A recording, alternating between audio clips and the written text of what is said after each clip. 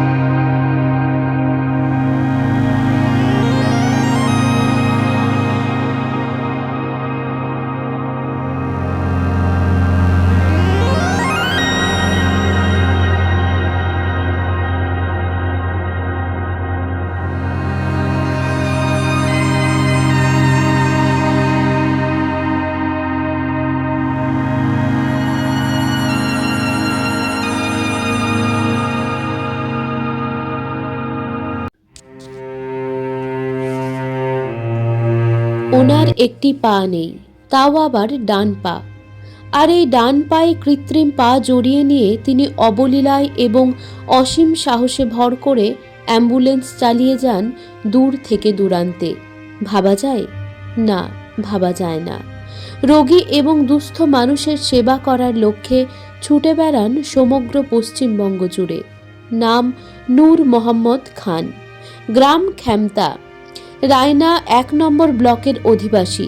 আপনি যদি অসুস্থ হন, তবে কাউকে যদি পাশে না পান, তাহলে অবশ্যই এই মানুষটি আপনার পাশে ভরসা হবে। শুধু কানে শুনে নেবেন কোন হাসপাতালে রোগীকে নিয়ে যেতে হবে, কুছ পরোয়া নেই। যদি আরও দূরে অ্যাম্বুলেন্স ছুটিয়ে নিয়ে যেতে হয়, পিছন ফিরে তিনি তাকাবেন না। মানুষের পাশে দাঁড়ানোর চেষ্টা তার সর্বসময় এবং সর্বমুহূর্তে। ডান পা দিয়ে গাড়ির এক্সেলেটরে চাপ দিয়ে ছুটে চলেছেন নূর মোহাম্মদ। সত্যি ভাবতে অবাক লাগে।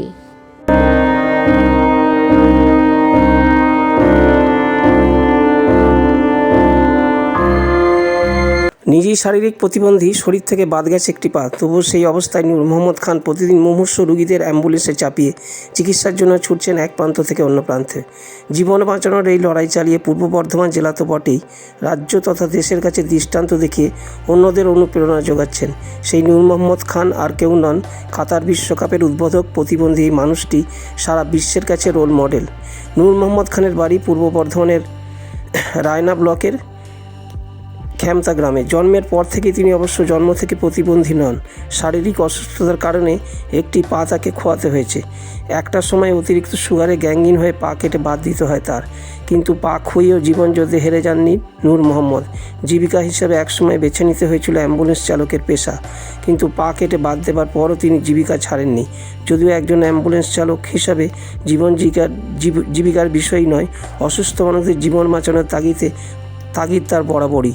সেজন্য করোনার সময়কালে দাঁতে দাঁত চেপে নিজে অক্লান্ত পরিশ্রম করে সম্ভাবনাময় রোগীদের হাসপাতালে পৌঁছে দিয়েছেন স্রেফ মানবতার জন্য।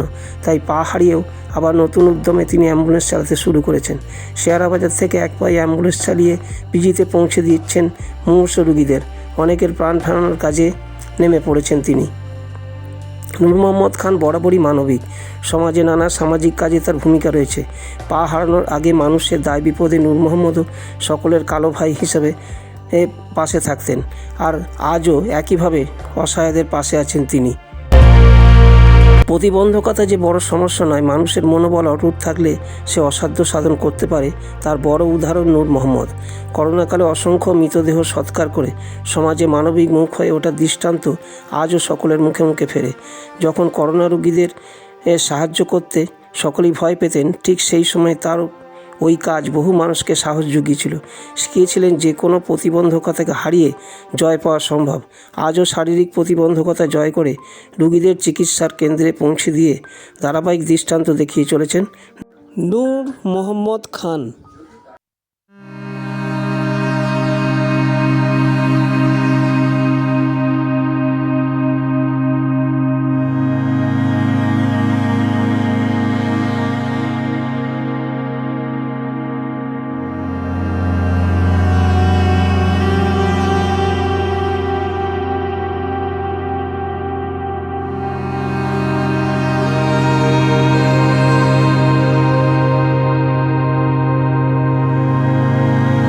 প্রিয় নূর মোহাম্মদ খান ওরফে কালুদা জীবন যুদ্ধের একটা বড় সৈনিক।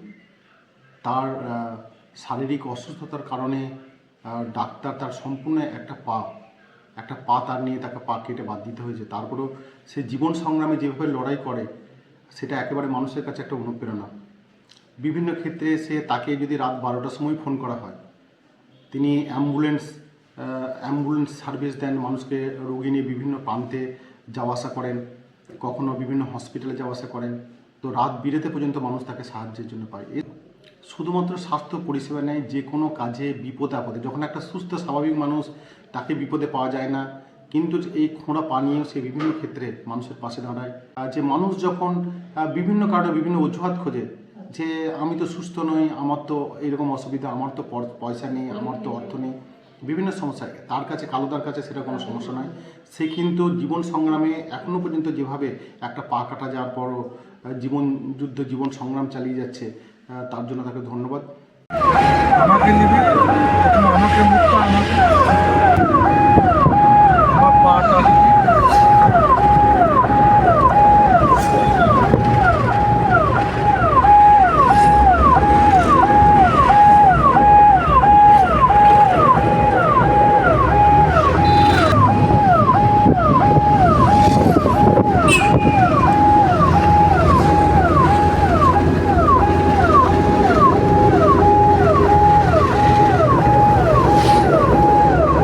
সালে আমার বাবা একজন অ্যাম্বুলেন্স চালক ছিলেন।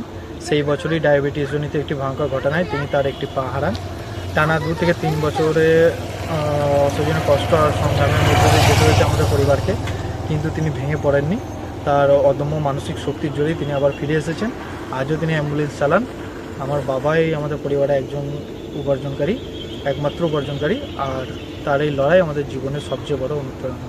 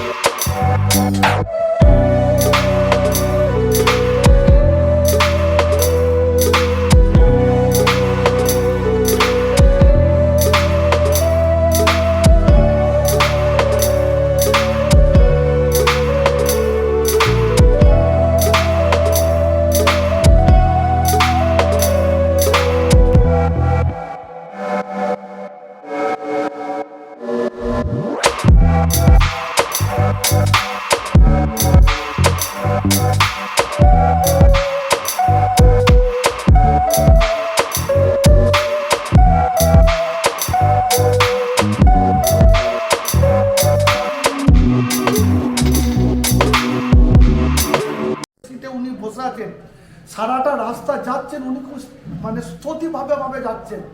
যেতে যেতে আমি রাস্তায় কিছু দূর যে জিজ্ঞেস করলাম, দাদা আপনি এইরকম অস্বস্তি বোধ করছেন কেন, আপনার কি কোনো শারীরিক প্রবলেম? বললো না আমার কোনো শারীরিক প্রবলেম নয়, কোনো কিছু নয়। যথারীতিভাবে তাকে যখন যে বাড়ার সাথে পৌঁছলাম, বাড়ার সাথে আমাকে একটু টিফিন করার জন্য ডাকলেন, ডেকে যখন উনি আমার গায়ে হাতটা দিয়ে উনি আমাকে বললেন, দাদা আপনাকে আমি অসংখ্য ধন্যবাদ জানাই যে আপনি এইভাবে গাড়িটা নিয়ে এলেন। ওই রাস্তায় যেটা অস্বস্তির ভাব বলছিলেন, আপনার পাটা দেখে আমার মনটা কোনো মতে বাধা মানছিল না যে আপনি গাড়িটায় এত দূর এই কলকাতার বুকে আরে কী করে নিয়ে যাবেন। তো আপনি যেভাবে গাড়িটা যেভাবে নিলেন, আপনার মধ্যে এক ফোঁটা অনুভব পেলাম না যে আপনার একটা পা নেই। আপনার কলকাতা শহর বা অন্যান্য জায়গায় কোনো অসুবিধা হয় না? না না, কোনো কিছু অসুবিধা অসুবিধা, তাতে যানজট হোক আর যাই হোক। হোক। আচ্ছা, গাড়িতে এক্সিলেটর তো দেন ডান পায়ে, হ্যাঁ তাই তো? এটা এটা কিভাবে দেখুন, সামলান? এই যে প্রথম একটা কথা বললাম আপনাকে যে অনেক লোকের পা আছে কিন্তু তারা পা দিয়ে হাঁটতে পর্যন্ত পারছে না। আমি জানি না যে এটা আমার এলাকার বা আমার সমস্ত মানুষের একটা দুয়ার আশীর্বাদ আর উপরে যিনি আছেন আমার আল্লাহ তাআলা, ওনার দুয়াতে আমি এই জায়গাটা সুস্থভাবে কন্ট্রোল করে আমি গাড়ি চালাতে আমার তাতে করে কোনো তো অসুবিধা আপনার নেই। সেন্সটা পান যে ব্রেকটা করতে হবে, এক্সিলেটরটা? না, ওটা আমার নিজস্ব অভিজ্ঞতা, প্র্যাকটিস তৈরি করে প্র্যাকটিস নিয়েছি। ও তো হয়েই যায় হ্যাঁ, মানুষের, practice কিন্তু এটার জন্য আপনার কোনো অসুবিধা না, না, এটার পাটা জন্য নেই আমার বলে যে কোনো কিছু অসুবিধা অসুবিধা হয় না। সেটা আমি ঠিক বুঝতে পারি যে এই সময় আমি এক্সিলেটরটা এইটার গাড়ির জন্য দেবো। আমি কোনো কিছু অসুবিধা হয় না।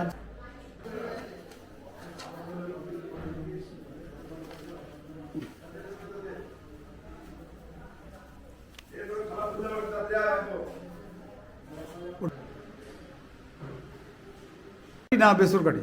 না, বেসরকারি। আমি পঞ্চায়েতের অ্যাম্বুলেন্স আমার কাছে দেওয়া রয়েছে, এই কারণে যে অ্যাম্বুলেন্সগুলো পরিষেবা মানুষ ঠিকমতো দিচ্ছিল না দেওয়াতে এই পরিষেবাগুলো আমার কাছে অ্যাম্বুলেন্সটা দিয়েছে। যেমন আর একটা কথা বলি, আজ থেকে 10 দিন আগে রাত 2টোর সময় আমার কাছে ফোন আসছে যে একটা গর্ভবতী মায়ের প্রসব বেদনা উঠেছে। তো আমার সেই দিন একটা শারীরিক প্রবলেম গন্ডগোল ছিল, আমার সেটা মানে যাবার মতো পরিস্থিতি থাকেনি। আমি 3খানা গাড়িওয়ালাকে ফোন করলাম যে ভাই তুমি তাড়াতাড়ি গাড়িটা এই জায়গাতে নিয়ে যাও, একটা গর্ভবতী মায়ের প্রসব বেদনা উঠেছে, তুমি তাড়াতাড়ি তাকে হসপিটালে নিয়ে যাও। 2-3টে ড্রাইভারকে যখন ফোন করলাম তারা রাত্রিরে যেতে রাজি হলো না। চতুর্থবার তাকে ফোন করে আমার মনের ক্ষোভ তাকে প্রকাশ করে বললাম তোমার যত টাকা ভাড়া লাগে আমি দেবো। কারা কারা সহযোগিতা করে এই যে মানব ধর্মের কাজ করছেন? এই মানব ধর্মের কাজে আমার সহপাঠী অনেক আছে, কিন্তু সর্বপ্রথম যিনি সহযোগিতাকে আমাকে করেন, আমাকে এই রাস্তায় যিনি হাঁটান, মাননীয় মোল্লা শফিকুল ইসলাম মহাশয়। আমি সর্বদাই ওনার ছত্রছায়ায় থাকি। না, এটা আপনার ছোট থেকে ছিল যে মানুষের সেবা করব? ছোট থেকে মানুষের সেবা করার একটা প্রতি মুহূর্তে আমার বাবারও ছিল। আমার বাবাও যখন কেউ বিপদে পড়তো আগে আমার বাবা যে, তো সেটা দেখেই কি অনুপ্রেরণা হয়েছে? সেই বাবার থেকে অনুপ্রেরণা আমার জেগেছে এবং তার থেকেও বেশি আমি এই মোল্লা শফিকুল ইসলাম মহাশয়ের কাছে থেকে, ওনার ছত্রছায়া থেকে আরও আমার অনুপ্রেরণাটা এবং আরও আমার এইগুলো মানুষের পাশে থাকার মানে মোটিভেটটা আরও বেশি। রাত 12:15 আমার কাছে ফোন এলো যে একটা বাচ্চার ডায়রিয়া হয়ে গেছে, সেই বাচ্চাটা অবস্থা খুব খারাপ, তুমি কি আবার যাবে গাড়ি নিয়ে? যেই দেখছি বাচ্চাটাকে নিয়ে একটা বড় খামারে সব ঘুরে বেড়াচ্ছে। আমি গাড়ি ছুটি নিয়ে এসে সর্বপ্রথম শিয়ারা বাজার নার্সিংহোমে নিয়ে এলাম, কিন্তু রাত্রে কেউ নেই। সেই অবস্থায় সেই পেশেন্টটাকে নিয়ে আমি বর্ধমান নার্সিংহোমকে ফোন করলাম যে আমি একটা এই ধরনের পেশেন্টকে নিয়ে ছুটছি, তোমরা যে কোনোভাবে ডাক্তার রেডি রাখো। ওনারা সেই পেশেন্টটাকে 4 ঘন্টার পর 6টা ডাক্তারবাবু সেই পেশেন্টটা রুম থেকে বেরিয়ে বললে, যান দাদা আপনার পেশেন্টকে আমরা কন্ট্রোলে আনতে পারলাম, পাঠিয়েছেন আপনি ভগবান বলেন আর আমি আল্লাহ বলি, উনিও সন্তুষ্ট হবেন যে আমি একটা মানুষকে পাঠিয়েছি পৃথিবীতে, সেই মানুষটি আমার জন্য, আমার বান্দা এবং আমার ভাই বোনেদের জন্য কিছু একটা করে এসছে থেকে যায়। আচ্ছা, এ পর্যন্ত কোথায় কোথায় আপনি ইয়ে করেছেন, মানে সেবা করে এসছেন এরকম মানুষের? হ্যাঁ, আমি সেবা, ধরুন আমি যখন সেবা মানে কি, দুস্থ ধরুন ফ্যামিলি, তাদের পাশে গিয়ে দাঁড়িয়েছেন? হ্যাঁ, আমি দুস্থ ফ্যামিলি, এই পুজোতেই একটা খানাকুলের একটা তাঁতিপাড়া বলে গ্রাম আছে, সেই গ্রাম থেকে আমার কাছে ফোন এলো, তার হ্যান্ডিক্যাপ হয়ে গেছেন, মানে উনি সুস্থ ছিলেন কিন্তু ওনার ওপর দিয়ে একটা গাড়ি চলে যাওয়ার পর, স্পাইন কর্ড চলে যাওয়ার পর উনি একবারে অসহায় ব্যক্তি। হঠাৎ করে তার মেয়েরা কান্নাকাটি করছে, পুজোয় একটা নতুন ড্রেস পায় না। তার বাড়িতে গিয়ে আমি তার বাবা মা, স্বামী স্ত্রী, মেয়ে এবং ড্রেস, পুজোর যাবতীয় ড্রেস এবং তার অষ্টমীর সমস্ত খাবার এবং 500 টাকা তার হাতে দিলাম। এরকম এরকম কোথায় কোথায় আপনার মনে পড়ছে যে এই জায়গায় আমি গিয়েছিলাম, তাদের আমি পাশে দাঁড়িয়েছিলাম? এই আমার এলাকার অনেক দুস্থ মানুষ আছে যারা মানে শেয়ারা বাজার এলাকায় বলছে? শিয়ারা বাজারের পাশাপাশি গ্রামেতে আর মানে চারিদিকে, যেমন গ্রামগুলো বলুন না, 2-4টা গ্রামের নাম বলুন। আমার এই শিয়ারা গ্রাম আছে, আউসরা আছে, আড়িন আছে। আড়িনে আমার খ্যামতা গ্রামে এক ব্যক্তি হঠাৎ করে হার্ট অ্যাটাক করে ফেলেছিলেন, তাকে তার গোল্ডেন টাইম ছিল 3 ঘন্টা, আমি তাকে 2 ঘন্টা 20 মিনিটের মধ্যে এই হ্যান্ডিক্যাপ পালিয়ে 100-120 স্পিডে গাড়ি ছুটতে দুর্গাপুরে নিচে তাকে সঙ্গে সঙ্গে ডাক্তারের কাছে ওটি করিয়ে তার জীবন ফিরিয়ে দিতে পারলাম। দেখবেন প্রত্যেকটা মানুষ এই চেতনাটা রেখে দেবেন যে মানুষ বিপদে পড়লে বিপদ থেকে উদ্ধার করে আসার জন্য। আজকে এপিজে আব্দুল কালামও বলে গেছেন, আর আজকে আমার প্রতিশাস্ত্র বলে যে একটা মুসলমান তার 3টে থান কাপড় আর 3.5 হাত মাটি, আর একটা আমার সনাতন ধর্মী ভাইদের তাদেরও একটি কাপড়, এই হচ্ছে আমার সারা পৃথিবীর জামানার সাংসারিক জীবনের এই হচ্ছে পাওনা।